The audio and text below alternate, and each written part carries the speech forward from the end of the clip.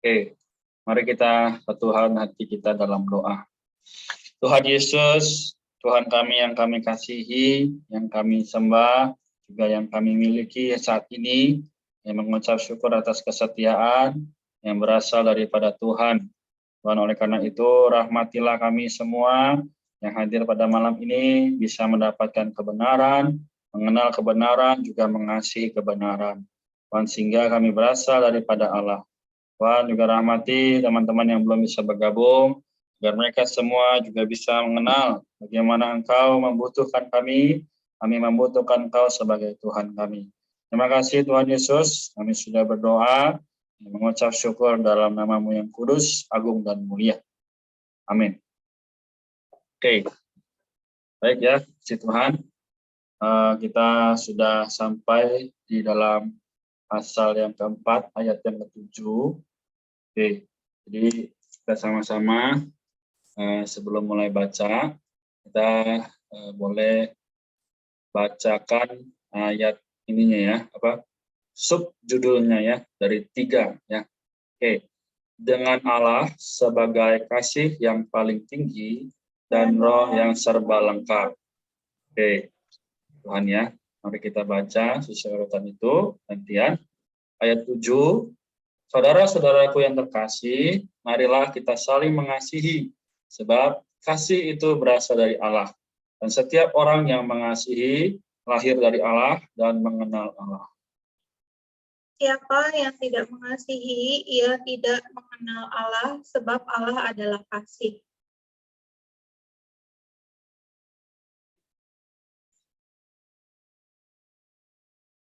Marta, bisa? Sorry, di aku urutan bacanya belum ada. Oh, oke. Ya, silakan. Oke, thank you. 9 ya. Ya.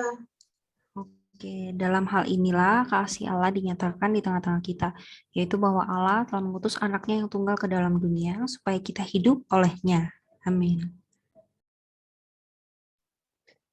Inilah kasih itu, bukan kita yang telah mengasihi Allah, tetapi Allah yang telah mengasihi kita dan mengutus anaknya sebagai pendamaian bagi dosa-dosa kita. Amin. Oke, selanjutnya. Herlin, apa bisa?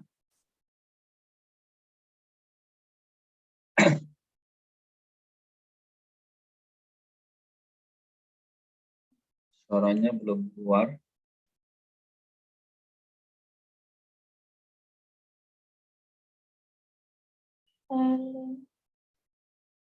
Apakah ada kendala jaringan?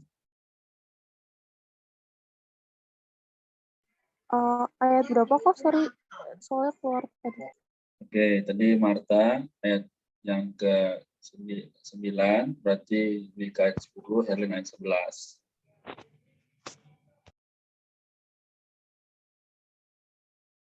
Sudah? Ayat 11.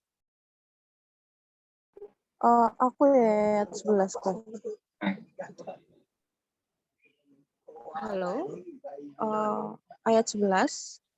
Saudara-saudaraku yang terkasih, jikalau Allah demikian mengasihi kita, maka kita juga harus saling mengasihi.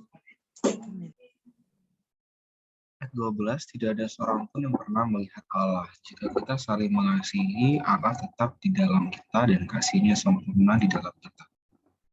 Amin. 13.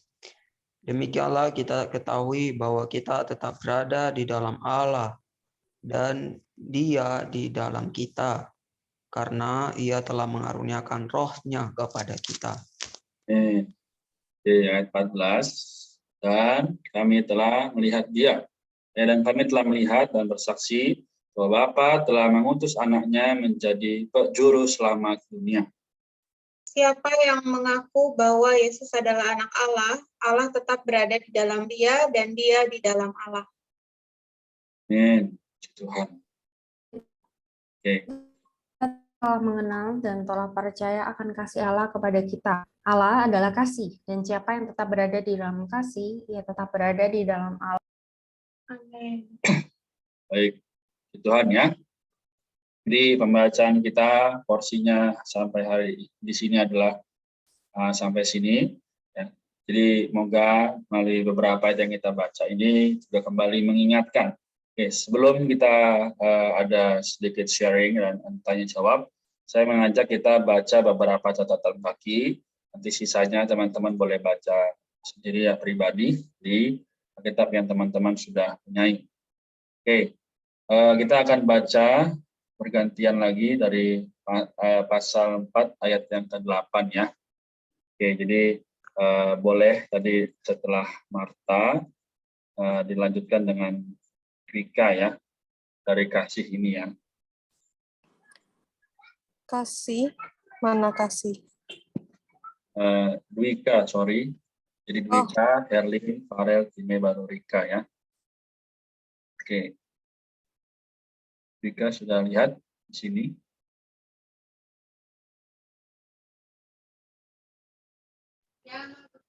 Yang kasih ya, Kak. Ya, betul. Lihat dalam pertama-tama surat ini menyatakan Allah adalah terang. Kemudian mengatakan Allah adalah kasih. Kasih sebagai hakiki esens Allah adalah sumber kasih karunia. Terang sebagai hakiki ekspresi Allah adalah sumber kebenaran. Amin.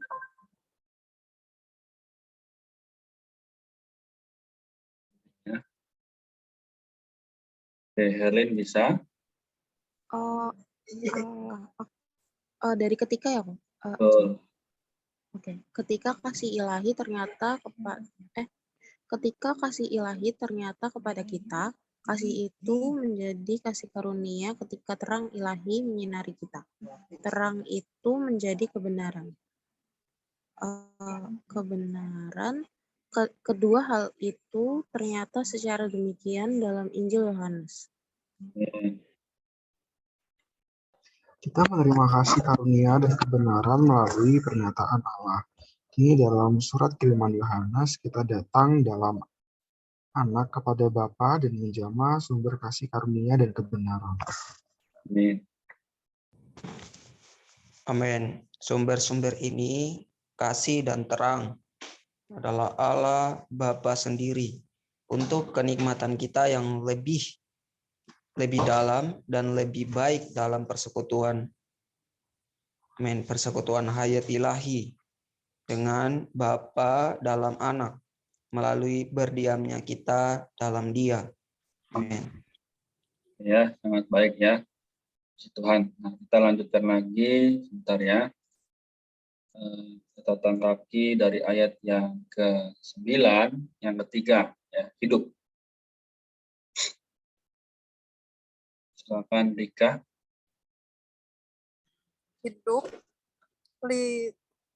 mendapatkan hayat dan hidup olehnya kita orang-orang yang jatuh, bukan hanya penuh dosa dalam sifat dan tindakan kita, tetapi juga mati dalam roh kita. Oke, Allah mengutus anaknya ke dalam dunia bukan hanya menjadi perdamaian karena dosa-dosa kita, agar kita dapat diampuni, tapi juga menjadi hayat kita agar kita dapat hidup oleh Dia. Dalam kasih Allah, anak Allah bukan hanya menyelamatkan kita dari dosa-dosa dengan darahnya, lebih-lebih dengan hayatnya menyelamatkan kita dari kematian.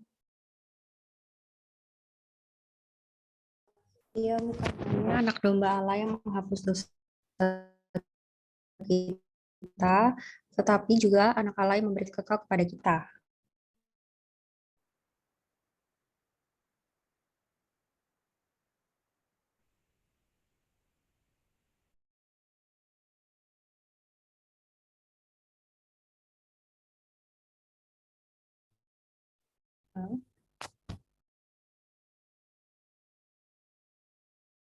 Oke, sudah ya. Tadi berarti sudah selesai ya dari catatan kaki 93.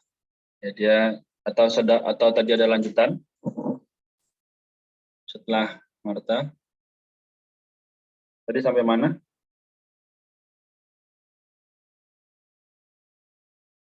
Sudah selesai berarti ya. Oke. kita lanjutkan kalau gitu ya. Kita lanjutkan di dalam ayat yang ke-12, catatan kaki 4 ya. Sempurna. Silakan lanjutkan tadi setelah Marta berarti Dwika ya.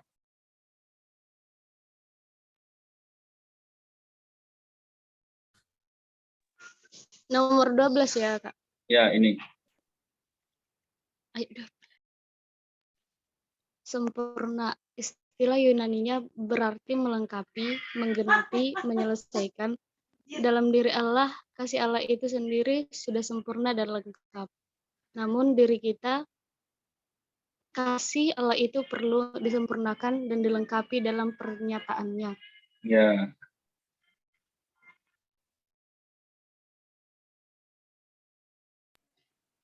Kasih Allah ternyata kepada kita dalam hal Allah mengutus anaknya untuk menjadi kurban pendamaian dan hayat bagi kita.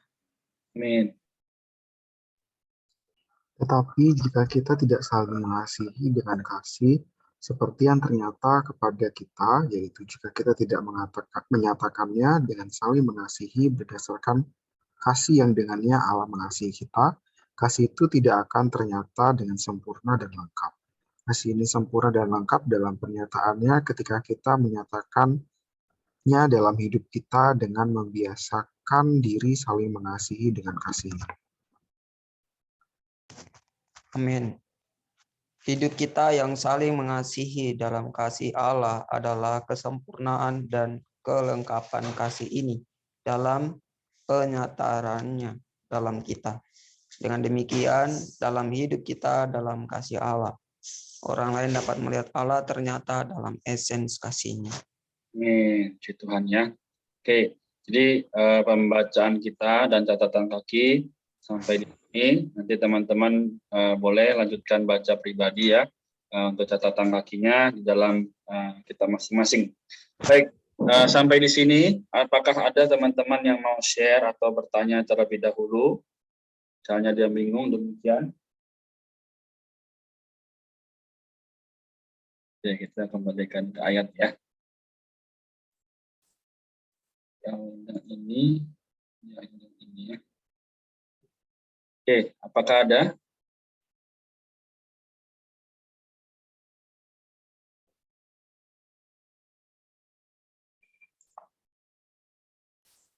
Oke, kalau belum ada, saya akan buka dulu ya dengan beberapa perkataan. Kita lihat ya dalam pasal yang keempat ayat 7 sampai 15 ini ya banyak perkara yang terjadi ya, bahwa di dalam penulisan Rasul Yohanes dia menulis bahwa yang terkasih ya, saudara-saudara yang terkasih apa berarti sangat paling ya, sungguh-sungguh ya. Sebab kasih itu berasal dari Allah, dan setiap orang yang mengasihi lebih dari Allah dan mengenal Allah. Ya, bukan lebih, lahir dari Allah dan mengenal Allah. Ya. Jadi teman-teman dimulai dari ayat 7 ini sudah jelas bahwa ketika kita mengasihi Tuhan, hasilnya apa? Kita mengasihi sesama manusia. Ya, tidak harus kita pergi ke tanda kutip ya, mohon maaf misalnya ke kolong jembatan atau ke orang-orang yang susah. Tidak harus demikian. Tapi kepada misalnya teman-teman kita pun ya, yang contohnya misalnya lagi kesulitan kerohanian, ya kesulitan pendidikan, bagaimana pergaulan, mungkin dia dijauhi dan sebagainya. Kita mengasihi dia, kita mendoakan dia, itu adalah salah satu bukti daripada kasih. Nah, jadi tapi kasih kita bukan berdasarkan kasih sendiri, tapi apa? Dengan Allah ya sebagai kasih yang paling tinggi. Jadi kita mengasihi dengan kasih Allah ya. Ada lagunya ya kan? Ku kasihi kau dengan kasih Tuhan dan sebagainya. Jadi nggak bisa kita mengasihi berdasarkan diri saya sendiri. Misalnya saya dengan Kak Maria, saya nggak bisa mengasihi Kak Maria dengan kasih saya sendiri, tapi perlu dengan kasih daripada Tuhan. Sehingga ya dalam penghidupan sehari-hari memang kita kesulitan, ya mungkin jaringan, ya kuota menghambat, tapi tidak apa, yang penting kasih kita terhadap Tuhan dan sesama tidak terhambat. Nah ini contoh saja. Baik, lalu selanjutnya di ayat 8, siapa yang tidak mengasihi, ia tidak mengenal Allah. Sebab Allah adalah kasih. Nah, ini juga cukup sudah jelas ya, bahwa kalau kita tidak mengasihi firman, tidak mengasihi teman-teman sekitar kita, nah misalnya kita menjadi orang yang ingin sendiri maju dalam bakal rohani, tidak mengingat yang lain, berarti apa? Kita tidak mengenal Allah. Wow, jadi teman-teman sekalian, malam ini kita sudah hadir, berarti kita mau mengenal Allah, bahkan mau dikenal Allah ya. Puji Tuhan. Ada lagi yang mau share sebelum saya tutup? Masih ada waktu beberapa menit.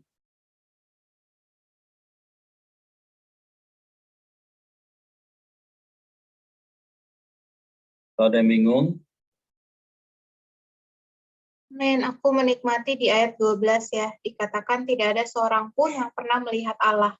Jika kita saling mengasihi, Allah tetap di dalam kita dan kasih-Nya sempurna di dalam kita. Kalau dilihat di ayat ini, kayaknya nggak nyambung ya. Kalimat pertama sama kalimat kedua ya.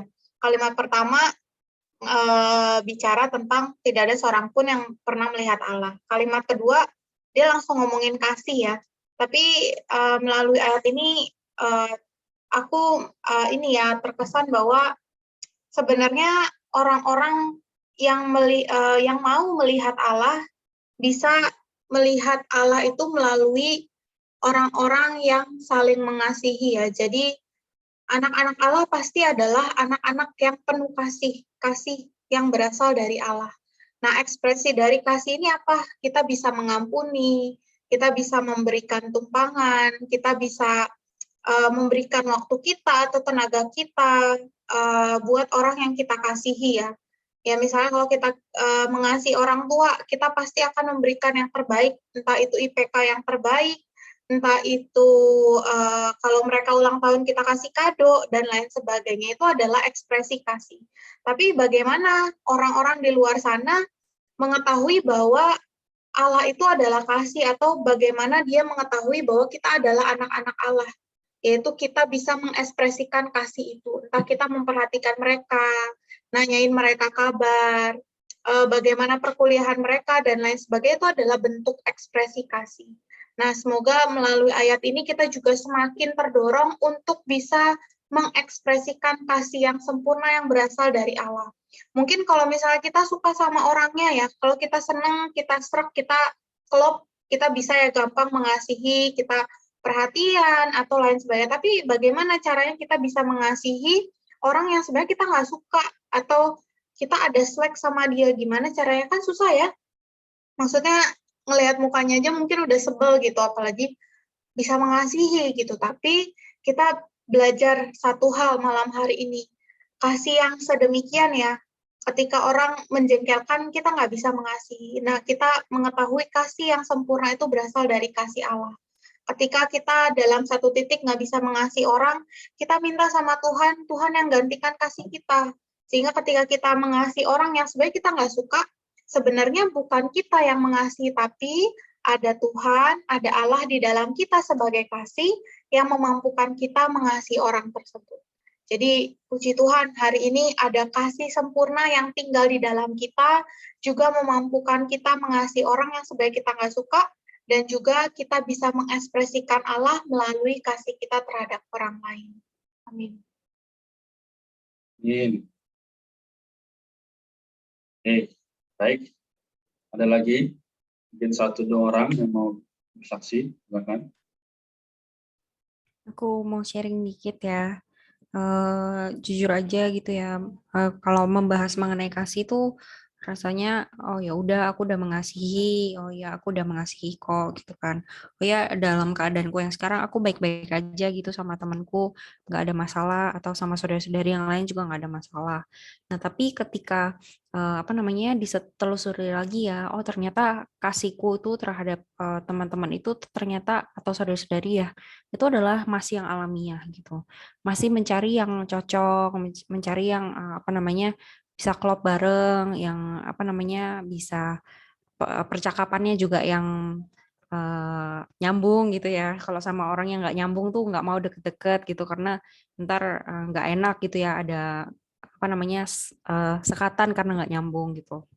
Jadi otomatis di dalam gereja pun ya ada satu sikap yang milih-milih gitu, milih-milih teman.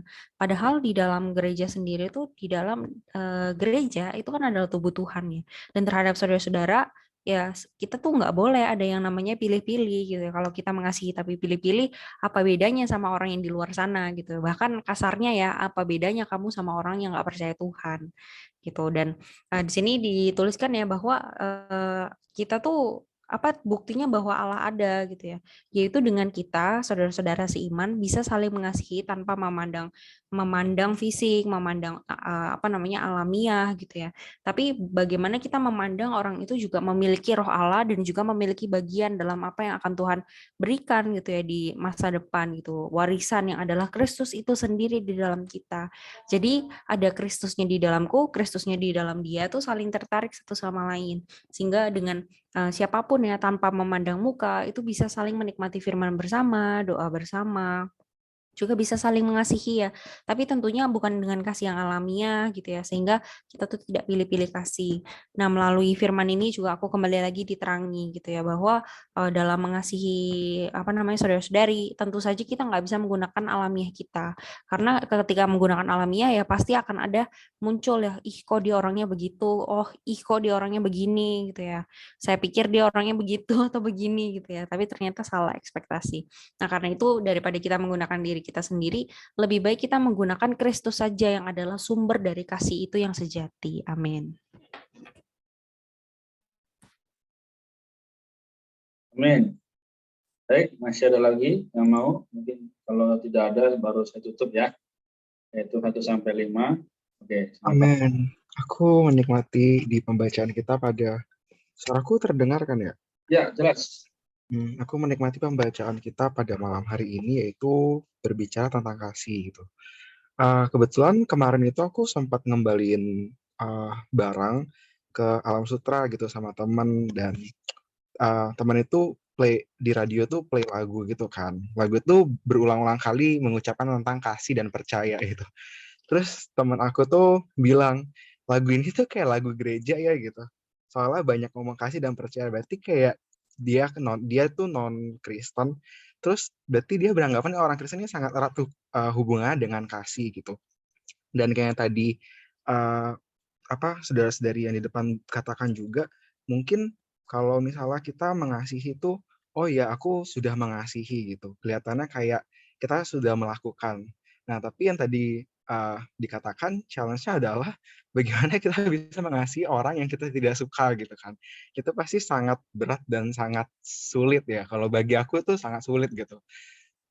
Boro-boro mengasihi, kayak melihat mukanya aja, kesel banget gitu kan. Nah, tapi ya disitulah kita, aku juga kembali pas bacanya juga kembali diingatkan gitu, tidak boleh menggunakan kasih alamiah dari aku, tapi kita di sini mempunyai Allah sang sumber kasih. Nah, ya jadinya kayak tadi kalau nggak salah Cimara yang bilang tuh kalau misalnya kita nggak bisa mengasihi orang itu, ya kita minta kepada Allah gitu. Biarkan dengan kasih Allah kita bisa mengasihi orang tersebut, orang yang maksudnya dalam tanda kutip kita tidak suka gitu. Karena otomatis kalau misalnya kita suka sama orang gitu atau uh, cocok, ngomongnya nyambung, kalau anak zaman sekarang bilang sefrekuensi nih, kita sama dia sefrekuensi banget gitu. Itu pasti gampang mengasihi gitu. Pasti udah tanpa minta kita udah pasti mengasihi dia gitu. Nah, yang tidak suka ini gitu. Nah, tapi ya puji Tuhan di sini kita mempunyai Allah sang sumber kasih gitu. Jadi kita bisa mengasihi orang lain bukan dengan kasih alamiah kita, melainkan dengan kasih Allah. Amin. Amin. Oke, puji Tuhan ya, sangat baik. Jadi bacaan malam ini ya kita mengucap syukur bahwa semua punya pengalaman ya, semua pernah mengalami hal yang berhubungan dengan kasih. Jadi untuk mengakhiri perkataan malam ini ya, ada satu lagu pujian juga berkata kasih yang sempurna terima darimu ya, sehingga kita boleh membawa orang lain ya. Misalnya ya kasih yang berasal dari Allah itu gimana sih? Tadi kan Farel juga sudah share ya, ada temannya non Kristen ya, belum percaya Tuhan tapi dia bisa mengenal bahwa kok orang Kristen bisa lebih mengasihi dan sebagainya ya. Karena itu kita jika mau mempraktekkan kasih ini belajarlah memberitakan Injil atau kabar baik ya lewat sosial media kita, entah itu kita share ayat di status WA, entah itu kita share perkataan yang membangun di Instastory ya. Jadi bukan hanya sekedar wah share aku ini lagi di mana, share aku ini lagi ngalamin apa ya, tapi apa yang Kristus berikan kepada kita berikan kepada orang lain. Ya, seenggaknya kita nggak perlu jauh-jauh ke Yerusalem ya, Israel ya, seperti rasul-rasul zaman dulu, tapi sekarang melewat jempol ya, kita pencet aja, kita klik status kita, itu sudah memberitakan Injil. Jadi inilah kasih yang bagaimana Rasul Yohanes beritakan juga kepada kita hari ini. Oke, demikian ya malam ini, semoga kita semua dikuatkan ya dalam penghidupan, dalam kuliahan ataupun pekerjaan. Mungkin kita ada kesulitan, tapi kita tahu bahwa Tuhan adalah Allah yang setia. Ya, dia berkata apa? Bahwa datanglah kepadaku semua yang letih lesu dan beban berat, aku akan memberikan kelegaan kepadamu. Ya, kayak kita habis kehausan, kita minum ya, kita bisa gitu kan, enak. Nah, demikian pun dengan kita dalam kesibukan, penuh, jenuh ya, kita datang pada Tuhan, kita pasti akan diberikan kelegaan. Amin ya. Demikian saya rasa cukup.